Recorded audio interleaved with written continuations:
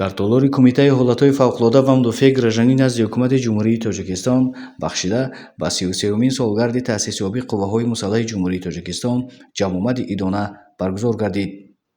ҷамъомади идона таҳти роҳбарии муовини якуми раиси Кумитаи ҳолатҳои фавқулода ва мудофиаи гражданӣ назди ҳукумати Ҷумҳурии Тоҷикистон генерал-майёр Латифзода Ҳотамшоҳ доир карда шуд.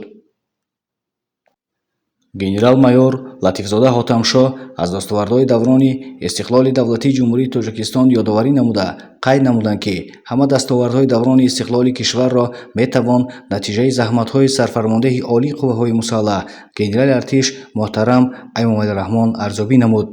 дар интиҳои ҷамъ омад баҳри қадрдонӣ аз хизматҳои шоёни таҳсин. Як қатор кормандони кумита бо рутбаҳои ҳарбӣ ва медоду ифтихорномаҳо қадрдонӣ карда шуданд.